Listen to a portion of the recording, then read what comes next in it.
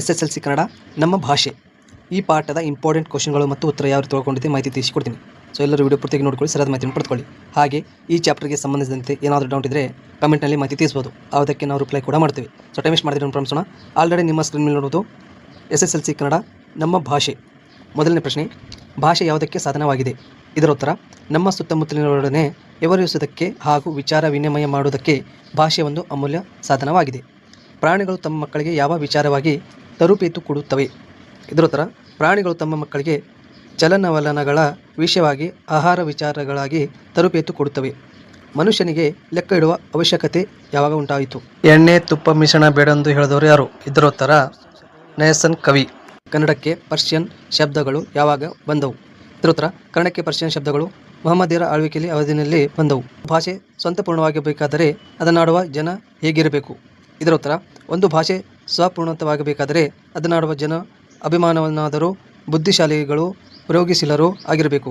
ಹದಗೊಂಡ ಕನ್ನಡ ಭಾಷೆಯನ್ನು ಕುರಿತು ಮಹಾಲಿಂಗರ ಏನೆಂದು ಘೋಷಿಸಿದ್ದಾನೆ? ಸುಲಿದ ಬಾಳೆಯ ಹಣ್ಣಿನಂತೆ, ಸಿಗುರುವ ತೆಗೆದ ಕಬ್ಬಿನಂತೆ, ಉಷ್ಣ ಅಳಿದ ಹಾಲಿನಂತೆ ಸುಲಭವೋ ರುಚಿಯೋ ಆಗಿದೆ ಎಂದು ಕವಿ ಮಹಾಲಿಂಗ ಉದ್ಘಾಟಿಸಿದ್ದಾರೆ.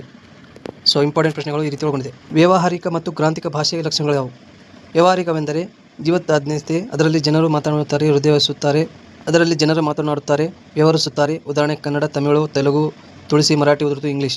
ಗ್ರಾಂಥಿಕವೆಂದರೆ ಅಭಿವೃದ್ಧಿ ಹೊಂದಿದ ಗ್ರಂಥ ರಚನೆಯಲ್ಲಿ ಉಪಯೋಗವಾದ ಭಾಷೆ. ಉದಾಹರಣೆಗೆ ಸಂಸ್ಕೃತ, ಕನ್ನಡ, ಇಂಗ್ಲೀಷ್, ಪಾಳಿ ಇತ್ಯಾದಿ. ಎಲ್ಲ ವ್ಯಾವಹಾರಿಕ ಭಾಷೆಗಳು ಗ್ರಾಂಥಿಕವಾಗಬೇಕಿಲ್ಲ. ತುಳ ಒಂದು ಸುಂದರ ವ್ಯಾವಹಾರಿಕ ಭಾಷೆ, ಆದರೆ ಅದು ಗ್ರಾಂಥಿಕ ಭಾಷೆಯಲ್ಲ. ಹಾಗೆ ಎಲ್ಲ ಗ್ರಾಂಥಿಕ ಭಾಷೆ ಇಂದು ವ್ಯಾವಹಾರಿಕ ಇರುವುದಿಲ್ಲ. ದೇವಭಾಷೆ ಎನಿಸಿಕೊಂಡ ಸಂಸ್ಕೃತ ಸರ್ವ ಸಮೀಪತೆಯಿಂದ ಕೂಡಿದ ಗ್ರಾಂಥಿಕ ಭಾಷೆಯಾಗಿದೆ, ಆದರೆ ಇದು ಯಾವುದೊಂದು ಪ್ರದೇಶದಲ್ಲಿಯೂ ಅದು ವ್ಯಾವಹಾರಿಕ ಭಾಷೆ ಆಗಿರುವುದಿಲ್ಲ.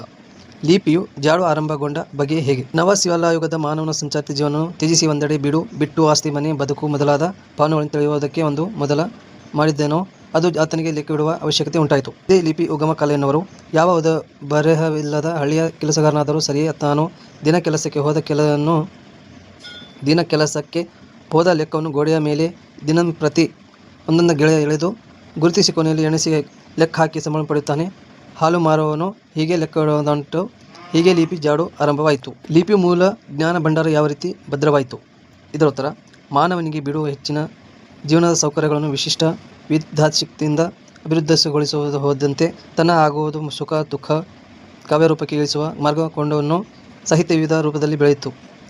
ಲೇಖಪತ್ರಗಿಡಲು ಉಪಯುಕ್ತವಾದ ಮೂಲಲಿಪಿಯನ್ನು ಮತ್ತಷ್ಟು ಪರೀಕ್ಷಾಕೃತಿ ಸುಂದರವಾದ ಸಾಹಿತ್ಯ ಕೃತಿಗಳು ಬರೆದಾಡುವುದು ಮಾನವನ ಲಿಖಿತ ಕೊಂಡ. ಆ ಲಿಪಿ ಮೂಲಕ ಪರಂಪರೆಯಿಂದ ಬಂದ ಎಷ್ಟು ವಿಷಯ ಒಂದೆಡೆ ಸಾಧ್ಯವಾಯಿತು. ಜ್ಞಾನ ಭಂಡಾರ ಭದ್ರವಾಯಿತು. ಸಂಸ್ಕೃತಿ ಇತಿಹಾಸ ಉಳಿಯಿತು. ಪ್ರಗತಿ ಸುಗಮವಾಯಿತು.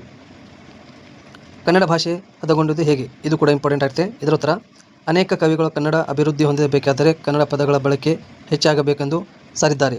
ಅಂಥವರ ವಾಣಿಯಿಂದ ಕನ್ನಡದ ವೀಣೆ ಮೃದು ಮಧುರವಾಗಿ ಮಿಡಿಯಿತು. ಮುಂದೆ ಬಸವೇಶ್ವರ, ಅಲ್ಲಂಪ್ರಭುಗಳಂಥ, ಚಾಮರಸ, ಕುಮಾರವ್ಯಾಸದಂಥ ಕವಿ ಕುವೆಂಪು ಅವರ, ಪುರಂದಾಸರು, ಕನಕದಾಸರು ಶ್ರೇಷ್ಠ ಸುಲಭ ಮಾರ್ಗದರ್ಶನ ತುಳಿದರು. ತಮ್ಮ ಅನುಸಾರ ಸುಲಭ ಸುಂದರ ಸಹಜವೂ ಆದ ಮಾತುಗಳಿಂದ ಹೃದಯ ಮುಟ್ಟುವಂತೆ ವ್ಯಕ್ತಪಡಿಸಿದರು. ಹೀಗೆ ಕನ್ನಡ ಭಾಷೆ ಹದಗೊಂಡಿತು. ಆಂಗ್ಲ ಭಾಷೆಯ ವಿಶ್ವವ್ಯಾಪ್ತಿಯನ್ನು ಕಾರಣಗಳೇನು? ಇದರ ಉತ್ತರ, ಆಂಗ್ಲ ಭಾಷೆ ಯುರೋಪಿನ ಸಾಮಾನ್ಯ ಭಾಷೆಗಳಲ್ಲಿ ಒಂದಾಗಿದೆ. ಆಂಗ್ಲ ಜನತೆ ಸಹಜೀವಿಯಾಯಿತು, ಬುದ್ಧಿಶಾಲಿಯಾಯಿತು, ಸೂರ್ಯನ ಎಂದು ಮುಳುಗುವಂಥ ವಿಸ್ತಾರವಾದ ಸಾಮ್ರಾಜ್ಯವನ್ನು ಸ್ಥಾಪಿಸಿತು. ದೇಶ ವಿದೇಶಗಳ ಭಾಷೆ, ಸಾಹಿತ್ಯ, ಸಂಸ್ಕೃತಿ ಆಂಗ್ಲ ಪಂಡಿತರು ಮುಕ್ತ ಮನಸ್ಸಿನಿಂದ ಲಭಿಸಿದರು. ನೆರೆ ಭಾಷೆಗಳಿಂದ ಕನ್ನಡ ಭಾಷೆ ಹೇಗೆ ಅಭಿವೃದ್ಧಿ ಹೊಂದಿದೆ? ಉತ್ತರ ನೋಡಬಹುದು, ಈ ರೀತಿ ಒಳಗೊಂಡಿರುತ್ತದೆ. ಭಾಷೆ ಕುರಿತು ನೆಲ್ಸನ್ ಅಭಿಮತ ಏನು? ಸೊ ಇದರ ಬಗ್ಗೆ ಎಕ್ಸ್ಪ್ಲೇನ್ ಮಾಡೋದಿಲ್ಲ, ಉತ್ತರ ನಿಮ್ಮ ಸ್ಕ್ರೀನ್ ಮೇಲೆ ಕಾಣ್ತಾ ಇದೆ. ಸೊ ಈ ಪಾಠದ ಬಗ್ಗೆ ಜಾಸ್ತಿ ಎಕ್ಸ್ಪ್ಲೇನ್ ಮಾಡೋದಿಲ್ಲ, ಯಾಕಂದರೆ ವಿಡಿಯೋಗಳು ಲಾಂಗ್ ಆಗುತ್ತೆ. ಅದಕ್ಕೋಸ್ಕರ ಪ್ರತಿಯೊಬ್ಬರು ವಿದ್ಯಾರ್ಥಿಗಳು ನೋಟ್ಸ್ನಲ್ಲಿ ಬರೆದಿಟ್ಟುಕೊಳ್ಳಿ. ಹಾಗೆ ಏನಾದರೂ ಡೌಟ್ ಇದ್ದರೆ ಕಮೆಂಟ್ನಲ್ಲಿ ಮಾಹಿತಿ ತಿಳಿಸ್ಬೋದು. ಸೊ ಎಲ್ಲರಿಗೂ ವಿಡಿಯೋ ಇಷ್ಟ ಆಗಿದೆ ನಾನು ಭಾವಿಸಿದ್ದೀನಿ. ಸೊ ಎಲ್ಲರೂ ವಿಡಿಯೋ ನೋಡೋದಕ್ಕಾಗಿ ಧನ್ಯವಾದ.